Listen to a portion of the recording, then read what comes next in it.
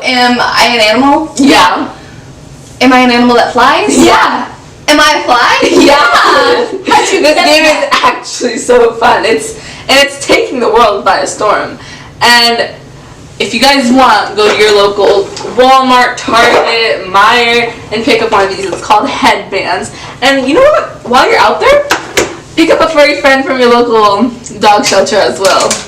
Now, let's talk about another thing that's taking the world by a storm. Biodegradable plastic. Yes, indeed.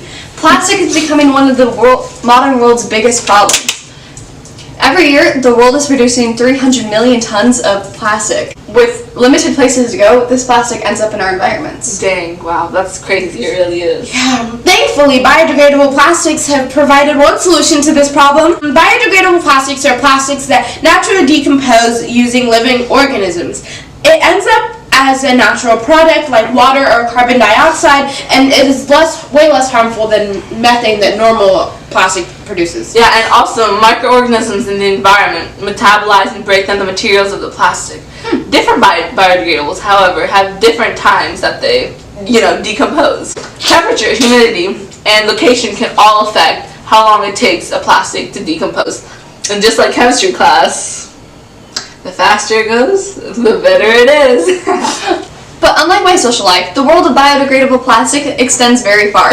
There are dozens of types of biodegradable plastics, and the most common of them being polylactide acid, or PLA.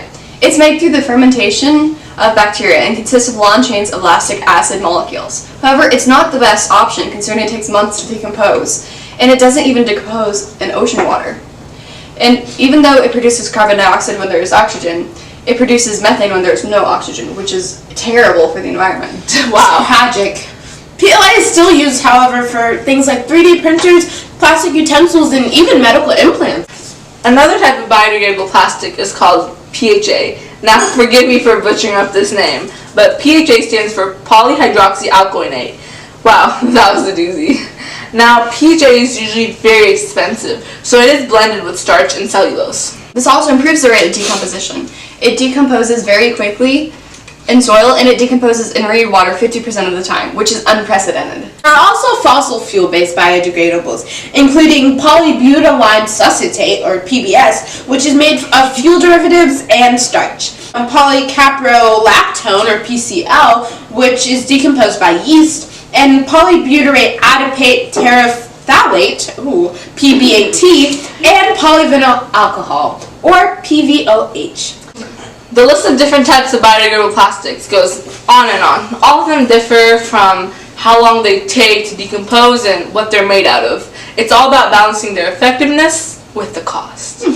Although biodegradable plastics provide a solution to our plastic problem, there are also many disadvantages to them. For starters, biodegradable plastics are much more expensive than traditional plastics. No one wants that. This makes them less sought after because most companies care more about their profits than the environment. That's terrible. Also, biodegradable plastics are usually not as flexible or as strong as conventional plastics, and they're not always completely biodegradable.